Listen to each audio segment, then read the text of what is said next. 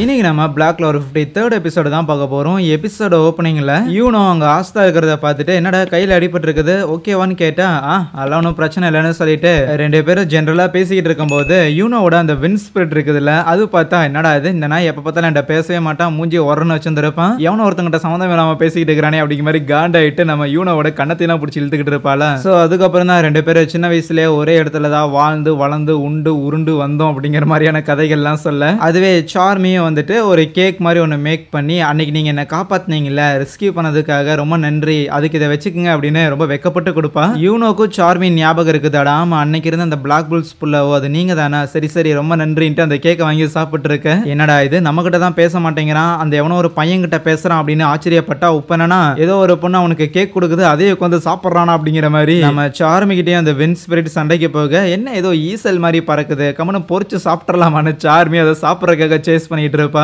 இதெல்லாம் பார்த்துக்கிட்டு இருந்த ஃபின்ரால் அப்படியே சிரிச்சுக்கிட்டு அவங்க கிட்ட பேசுறதுக்காக வர ஃபின்ரால் யாருன்னு யூனோ கேட்கும் போது பிளாக் புல்ஸ்ல என்னோட சீனியர்னு ஆஸ்தா இன்ட்ரடியூஸ் பண்ணி வச்சுக்கிட்டு இருக்க. அண்ட் அப்போ நம்ம ஃபின்ராலோட பிரதர் வந்துட்டு நான் உன்னோட தம்பியா இருக்கிறேன் அப்படிங்கிறத தாண்டி உனக்கு வேற எந்த ஒரு விஷயம் பெருசா பெருமைங்கிறதே கிடையாது ஆனா அதுக்கும் மேல சண்டை போடுறதுக்கே துப்பு இல்லாத உன்ன மாதிரியான ஆளுங்க போய் எங்க ஃபேமிலியில பிறந்ததே பெரிய தப்பு ஆனா சண்டை போட தெரியாத உனக்கு பேட்டில் ஃபீல்ட் என்ன புடுங்குற வேலைடாங்கிற மாதிரி கேட்க நம்ம ஹீரோவும் காண்டாயிட்டு ஏய் யார் அவன் ஓரா பேசுறான் அப்படின்னு சண்டைக்கு போக பார்த்தா இல்ல ஆஸ்தா அவன் தான் என்னோட பிரதர் அவன் பேரு லாங்ரஸ்னு இன்ட்ரோடியூஸ் பண்ணி வைக்கிறானா என்னது கோல்டன் டவுனோட வைஸ் கேப்டன் அது இவன் தானா அப்படின்னு சொல்லி நம்ம ஆஸ்தா ஷாக் ஆனாலுமே ஃபின்ராலோட தம்பி எல்லாம் ஃபின்ரால சுத்தமா மதிக்கிற மாதிரியே இல்ல.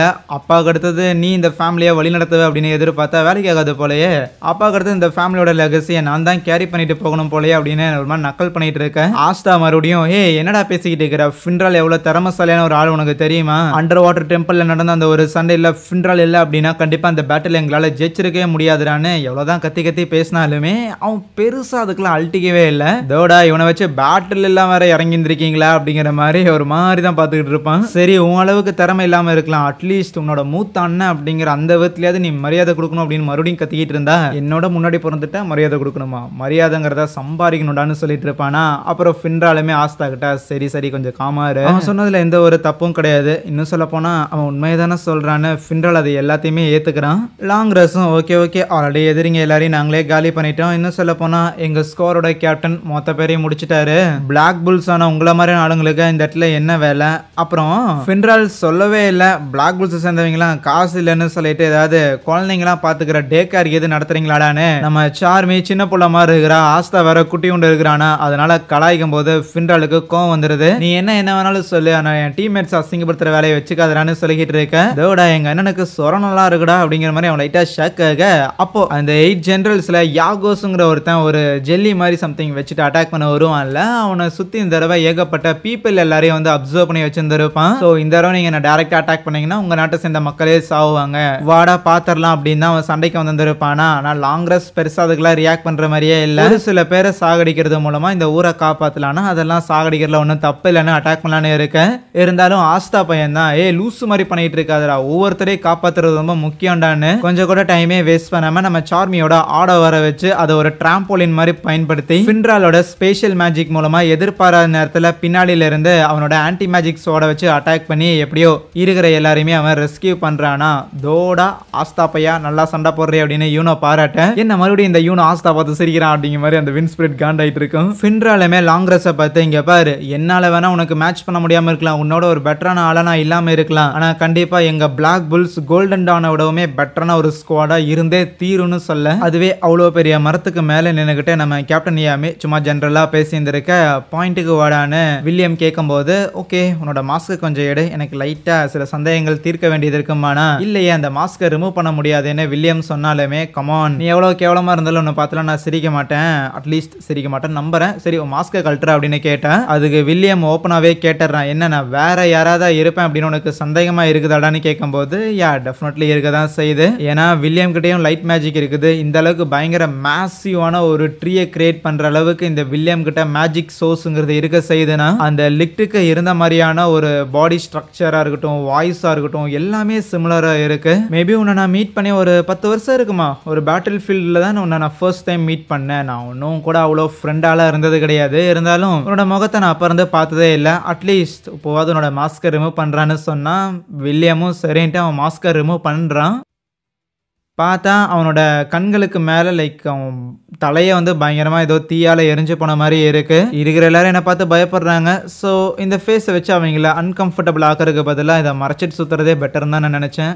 எப்படி ஒரு நோபல் ஃபேமிலியில் ஒரு இல்லிஜிமேட் சைல்டாக இருந்தேன்னா, அதாவது லீகல் ஒய்ஃபுக்கு பிறக்காம கீப்புக்கு அந்த மாதிரி பிறந்த மாதிரி ஒரு குழந்தை நம்ம வில்லியம். ஒரு 8 வயசு வரைக்குமே வில்லியம் சும்மா தான் எங்கேயோ வளர்ந்துட்டு இருந்திருப்பானாமா. அதுக்கப்புறம் ஆனால் அந்த ஒரு பர்டிகுலர் நோபல் ஃபேமிலியில் அதுக்கப்புறம் வாரிசு இல்லாத காரணத்துக்காக நம்ம வில்லியமை திருப்பி உள்ள சேர்த்துக்கிட்டாங்க. அப்போ இருந்தே அவனோட ஃபேஸ் எப்படி மோசமாக இருந்துச்சோ அதே மாதிரி தான் அவனோட வாழ்க்கையுமே பயங்கர மோசமாக இருந்திருக்கும். என்னதான் அவனை அந்த ஃபேமிலிக்குள்ளே எடுத்துக்கிட்டாங்கனாலும் வில்லியம் கிட்ட அவ்வளோ மேஜிக் இருக்குது அப்படின்னாலுமே அவனை யாருமே ஒரு ஃபேமிலியாக கரெக்டாக ட்ரீட் பண்ணியிருந்திருக்க மாட்டாங்க. அன்டில் நம்ம ஜூலியஸ் என்கிற விசார்ட் கிங் வர வரைக்கும். விசார்ட் கிங் அந்த டைமில் ஒரு மேஜிக் நைட்டாக இருந்திருப்பாரு போல.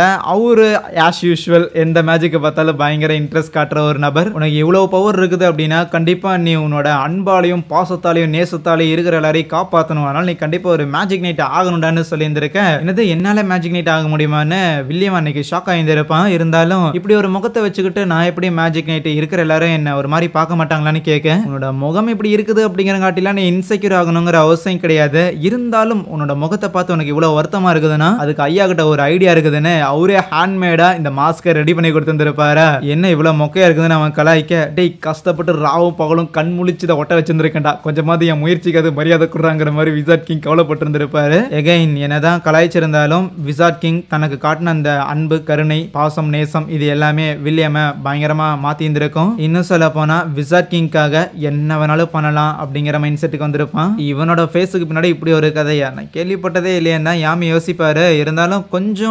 இருந்தாலும் வில்லியமோட கதை மேல கொஞ்சோண்டு நம்ம யாமிக்கு சந்தேகம் இருக்கதான் செய்யும். ஒருவேளை பொய் சொல்றானோன்னு. இருந்தாலும் இல்ல இந்த கதைக்கு பின்னாடிலாம் பொய் இருக்காதுன்னு கொஞ்சம் கன்வின்ஸ் ஆயிடுறாரு. இங்க இவங்க 3 பேரும் ஓகே நம்ம யாமி வரட்டும் அப்படின்னு சொல்லிட்டு போய் செவுரு மேல ஓரமா நின்னுகிட்டு இருப்பாங்களா. அதுவே யூனோவும் அங்கிருந்து கிளம்பிக்கிட்டு இருக்க.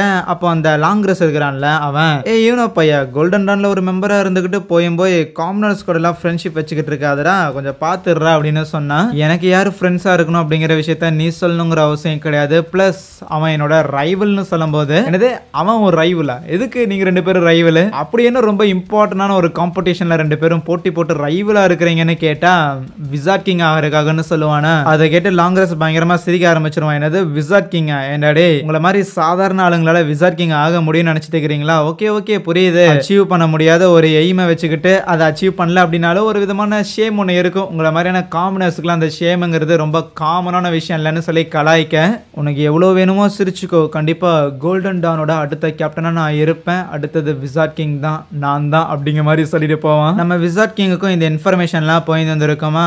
இருந்தாலும் பெரிய டேமேஜஸ் எதுவும் ஏற்படல. டைமண்ட் கிங்டம் நம்மளை அட்டாக் பண்றது ஓகே ஆச்சரியப்படுறமான விஷயம் கிடையாது. இருந்தாலும் ஏன் இந்த அளவுக்கு கம்மியான டேமேஜஸ் தான் ஏற்படுத்தி இருந்திருக்காங்க, ஒருவேளை வேற ஏதாவது பிளான் வச்சிருந்திருக்காங்களோ அப்படின்னு நினைக்க, அதே மாதிரி தான் அந்த டைமண்ட் கிங்டம்ல நம்ம லோட்டஸ் எஸ்கேப் ஆகி போயிருந்திருப்பான்ல. யூனோ கிட்ட சில்ஃப் அப்படிங்கிற ஒரு வின் ஸ்பிரிட் இருக்குங்கிற விஷயத்தையும் வில்லியம் கிட்ட வேர்ல்ட் ட்ரீ அப்படிங்கிற ஒரு மேஜிக் இருக்குதுங்கிற விஷயத்தையும் யார்கிட்டயா இன்ஃபார்ம் பண்ண, இந்த இன்ஃபர்மேஷன்லாம் கலெக்ட் பண்ணி இன்னொரு ஒரு பெரிய வாருக்காக தயாராகிற மாதிரி தெரிய அங்கே இந்த ஒரு எபிசோடையும் முடிக்கிறாங்க.